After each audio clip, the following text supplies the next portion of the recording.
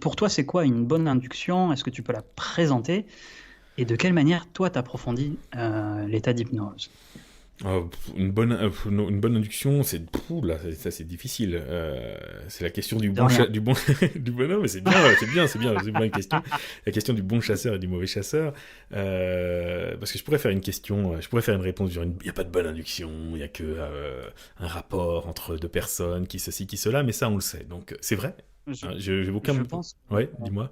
qu'on parle plus de la bonne induction, c'est-à-dire bien insister sur l'approfondissement de l'état d'hypnose. C'est pour ça que Ouais. je les pose en même temps. Ouais. Non, bien sûr. Et puis en plus, l'idée que l'intérêt que je viens de partager, c'est pour pas dire forcément des choses qu'on sait enfin, c'est pour donner des trucs un peu plus pratico-pratiques. Oui, Donc je dirais qu'une bonne induction, à mon avis, elle doit impliquer le corps. Que ça soit sur de la détente, pourquoi pas, mais ne focalisez pas sur la détente.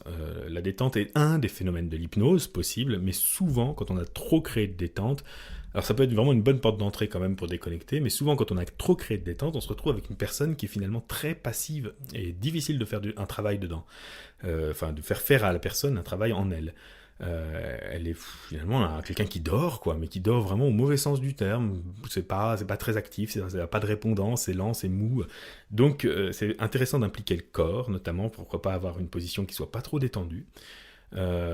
Et notamment, par exemple, utiliser l'idéomoteur permet ça, permet d'impliquer le corps. Il va peut-être même réveiller davantage d'émotions derrière.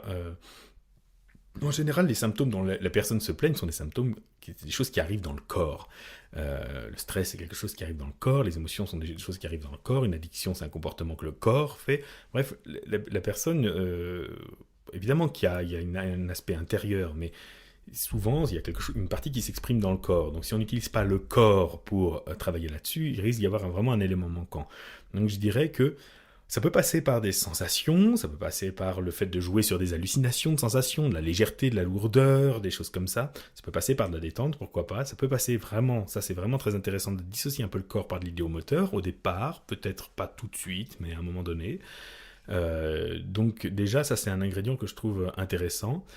Parce que je pense qu'il y a eu à un moment donné, à une époque, c'est moins vrai maintenant, mais une dérive de l'hypnose qui était devenue vraiment quelque chose d'extrêmement, uniquement basé sur l'imaginaire, le mental, et on a négligé le corps en le laissant juste croupir dans une sorte de mollesse. Or, que le corps réponde, qu'il y ait vraiment des réactions corporelles, me semble vraiment important. Ensuite, évidemment, c'est impensif de le dire, mais je pense qu'on a beau le dire, peu de gens, enfin, il y a beaucoup de gens encore qui ont à travailler là-dessus. Le temps. Une induction, à mon avis, de qualité, une induction, je ne vais pas dire une induction longue, parce que ça dépend du sujet, mais il faut dire que les gens qui rentrent dans une hypnose profonde sur un claquement de doigts sont rarissimes. Il ne faut pas se leurrer, ou alors c'est qu'on a une définition qui n'est pas très exigeante de l'hypnose. Les gens qui rentrent dans une hypnose profonde en 5 minutes sont également, pas moi déjà moins rares, mais pas si fréquents que ça. Il faut souvent un quart d'heure, une demi-heure, voire une heure pour obtenir une bonne hypnose assez profonde. Donc il faut du temps. Et Erickson nous dit d'ailleurs un truc intéressant, il nous dit, je sais même pas, enfin, il ne dit pas dans ces mots-là, mais il dit, je sais même pas si les inductions qu'on donne ont réellement une valeur ou si si c'est juste qu'elles permettent de laisser du temps à la personne. Et c'est vrai que dans beaucoup de cas, vous pourriez presque même dire à une personne, voilà, maintenant je vais vous inviter à rentrer dans une hypnose de plus en plus profonde. Pour ça, vous n'avez rien d'autre à faire que de m'écouter, vous raconter cette histoire, et puis vous pouvez raconter l'histoire du petit chaperon rouge, ou une histoire un peu moins flippante peut-être, et vous voyez au bout d'un moment, au bout de 5 minutes, au bout de 10 minutes, au bout d'un quart d'heure, vous voyez déjà vraiment physiquement la personne rentrer en hypnose de plus en plus. Donc il faut du temps. Et notamment les silences approfondissent énormément l'hypnose. Pas forcément des silences trop longs, parce qu'il y a des personnes qui s'entendent penser dans leur tête, et donc qui ont besoin quand même que vous soyez assez présent, mais les silences, le temps, des suggestions directes, je vous encourage vraiment à passer par des suggestions directes, c'est-à-dire être vraiment clair, et notamment par la suggestion de sommeil. Ça, c'est vraiment quelque chose qui fonctionne très bien. Et je sais qu'on apprend souvent dans certaines écoles que l'hypnose n'est pas du sommeil, donc on ne devrait pas suggérer le sommeil. Oui, l'hypnose n'est pas du sommeil, mais on peut très bien suggérer le sommeil, et c'est même exactement ce qu'on a fait pendant 200 ans, et c'est même exactement comme ça qu'on a découvert l'hypnose. C'est en suggérant du sommeil. Et pourtant, et pourtant, on va créer quelque chose d'un peu paradoxal. C'est-à-dire, par exemple, vous vous endormez, vous allez vous endormir de plus en plus profondément. Et pourtant, votre bras droit va continuer de monter de plus en plus. Et plus il monte, et plus vous dormez. Du coup, c'est pas évidemment. de par la nature même de la suggestion, c'est pas un sommeil, comme ils ont l'habitude de connaître, c'est un sommeil hypnotique. Et ça, c'est vraiment quelque chose qui peut vous permettre d'aller beaucoup plus vite et beaucoup plus profondément dans une hypnose chez beaucoup de gens. Si vous ne passez pas par la suggestion de sommeil, alors il faudra décomposer. Il faudra décrire ce que vous voulez. Il ne suffit pas de dire à une personne rentrez en hypnose. La plupart des gens n'ont pas assez d'idées sur le détail de ce qu'ils doivent développer comme réponse. Donc il faudra leur dire il faut que vous rentriez à l'intérieur de vous, que vous fassiez complètement abstraction de l'extérieur. Par exemple, à un moment donné, peut-être dans une minute ou 2, ou 5, ou 10, vous allez complètement faire abstraction de l'environnement extérieur. Vous pourrez vous centrer uniquement sur ce qui comptera à l'intérieur de vous. Puis ensuite, par exemple, vous allez faire une suggestion de distorsion du temps. Et puis, durant la séance, vous pourrez vous permettre de rentrer dans votre temps à vous, votre temps personnel, qui n'est pas forcément le temps qui s'écoule sur une horloge. Puis vous allez rajouter une autre brique, par exemple l'anesthésie. Et vous pouvez faire totalement abstraction également de votre corps et des sensations de votre corps. C'est-à-dire ce que vous allez ressentir peut être totalement différent de ce qui correspond à la réalité de votre corps maintenant. Vous pouvez vous imaginer courir quelque part et vraiment ressentir les sensations de la course. Vous pouvez vous imaginer être parfaitement joyeux et vraiment avoir un fou rire, et pourtant que de l'extérieur, moi je ne vois rien qui se passe, ou quasiment rien. Donc ça sera à vous quand même de donner une description des différents phénomènes. Si vous donnez une description des différents phénomènes que vous souhaitez vous obtenir, pas forcément en disant voilà ce qui va se passer, mais peut-être voilà ce qui peut se passer, et que vous laissez du temps derrière, que vous remplissez un peu, vous avez de fortes chances que la plupart des phénomènes que vous avez décrits se sont produits et que vous avez une expérience d'hypnose profonde.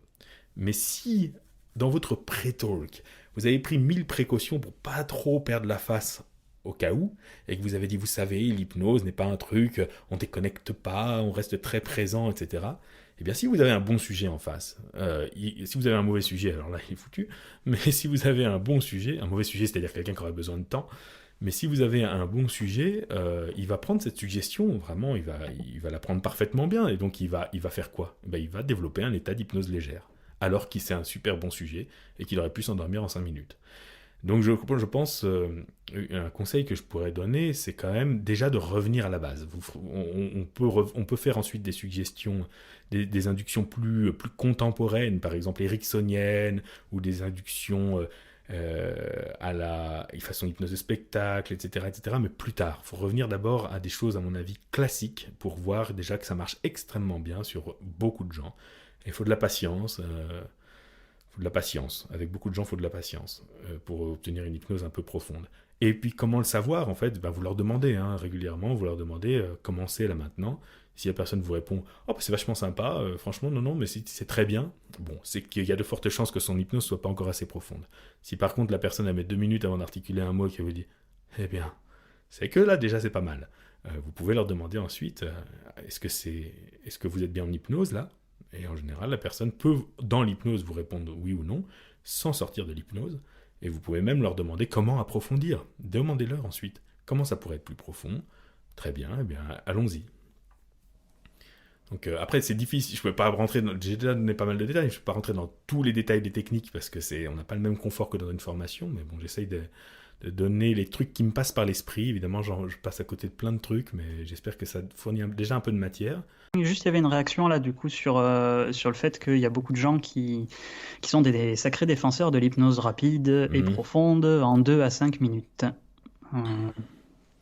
Oui, bon, il y a plein de domaines dans lesquels il ne faut pas forcément se vanter d'être trop rapide.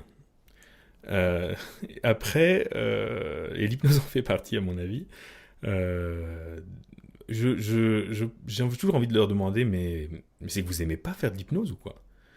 Qu'est-ce qui fait qu'on va rechercher absolument des inductions les plus courtes possibles ? C'est qu'on n'aime pas faire de l'induction d'hypnose ? C'est quelque chose qui m'échappe. Moi, personnellement, je pense qu'il y a vraiment quelque chose... Évidemment, si je suis capable de faire déjà un bon état en 5 minutes, si je passe un quart d'heure ou 20 minutes ou une demi-heure à l'approfondir, j'obtiens des choses mais bien, bien plus profondes et spectaculaires. Et beaucoup, je pense, disent ça parce qu'ils ont une grille d'évaluation de ce qu'est la profondeur en hypnose qui est quand même peu ambitieuse, ou alors qui est basée sur... oui, enfin, tout le monde peut faire de l'hypnose profonde en 2 minutes, sur un sujet qui répond très très vite. Enfin, c'est vraiment toujours le même truc, c'est qu'il y a des personnes qui répondent très très très vite à l'hypnose. Alors évidemment, il y a des techniques qui secouent un peu et qui peuvent accélérer les choses. Mais il n'empêche qu'il y a des personnes, et il y en a beaucoup, qui auront besoin d'un quart d'heure d'induction avant d'être en hypnose profonde. C'est pas beaucoup un quart d'heure d'induction pour une hypnose vraiment profonde. Et ces personnes-là, vous pourrez utiliser toutes les techniques que vous voudrez, vous descendrez peut-être à 10 minutes, mais vous n'allez pas les faire switcher instantanément. Et en cabinet, on ne sélectionne pas les gens, on a des tas de gens, il faut être patient. Alors après, si ce qu'on appelle hypnose profonde, c'est une personne qui a l'air endormie, c'est que... ouais, non, l'hypnose profonde, c'est pas ça. C'est une personne qu'on a peut-être éventuellement fait passer par un stade où elle a l'air endormie, et après, on a réveillé à l'intérieur d'elle suffisamment de mécanismes intérieurs qui vont nous permettre de faire un travail. Notamment en cabinet, on a besoin d'une personne qui soit vraiment... d'une matière qui soit bien plus approfondie que simplement créer du sommeil. Donc, moi, je sais que c'est des effets d'annonce, beaucoup de publicité. Après, voilà, je le dis parce que pour l'instant, j'ai pas rencontré de réelles choses vraiment spectaculaires là-dessus. Beaucoup de vantardises. Mais si demain, il y a vraiment quelqu'un qui a une technique vraiment réelle qui permette même avec les personnes résistantes, de les faire passer à 2 minutes d'induction pour avoir une hypnose profonde, je suis preneur, j'irai me former chez lui en premier. Bon, après voilà, je demande à voir. Mais c'est sûr que par contre, il y a des techniques, je dirais qu'il y a des techniques qui accélèrent un petit peu, mais il y a surtout des techniques qui ralentissent beaucoup. C'est-à-dire il y a des trucs qui servent à rien, et il y a des inductions qui sont longues pour pas grand-chose, qui durent une demi-heure alors que au final, l'état n'est pas tellement profond. Donc je dirais que c'est surtout ce qu'on peut faire pour accélérer l'hypnose, c'est surtout se débarrasser du superflu et éviter les hypnoses lentes. Ça, c'est déjà une première chose. Et ensuite, après, si la personne a besoin d'une demi-heure, alors il faudra cette demi-heure. Mais oui, un conseil pour une bonne induction, à mon avis, allez rapidement au premier phénomène. Rapidement. L'induction, elle commence pas quand il y a les yeux qui se ferment. Pas du tout. Alors les yeux qui se ferment, ça veut rien dire du tout. Elle commence pas non plus quand une main monte. Elle ne finit pas quand une main monte. Elle commence quand une main monte éventuellement. Mais là, c'est pas « Ah, ça y est, j'ai un premier phénomène, ça y est, mon induction est terminée, je peux passer à la suite. » Non, pas du tout. Les phénomènes idéomoteurs peuvent très bien se produire sans hypnose. Il va falloir travailler une matière pour avoir un bel état dans lequel il y ait réellement des mécanismes qui se passent, qui amènent vraiment des réactions, des changements très différents de ceux qu'on pourrait obtenir sans hypnose. Et donc, aller rapidement à une catalepsie, un mouvement de la tête, une lévitation de bras. Ne perdez pas trop de temps là-dessus au moment de Faites pas une demi-heure de spirale sensorielle avant de faire une lévitation de bras. Vous avez perdu une demi-heure en fait. Donc allez très rapidement à un premier phénomène, enchaînez les phénomènes. Par exemple, vous faites les mains qui se rapprochent, ensuite vous faites les mains qui s'écartent, ensuite vous faites la main droite qui monte, ensuite la main gauche qui descend, puis la main gauche remonte, puis la main droite redescend, puis elle se rapproche, et vous en avez déjà fait, je sais pas combien, 6 ou 7, et c'est déjà très hypnotique. Ensuite vous dites, plus les mains descendent, plus vos yeux se ferment, plus vous rentrez en vous, puis vous attendez 5 minutes en silence, et vous avez probablement un état assez profond avec plein de gens. Mais en tout cas, du coup, en tout, ça a duré 10 minutes, un quart d'heure peut-être. Mais vous avez fait peut-être un petit pré-talk, un petit truc pour introduire l'idéomoteur avant, ça a duré 1 minute, 2 minutes, 3 minutes. Bon, mais en tout cas, vous n'avez pas passé une demi-heure à faire des tas de préparatifs avant.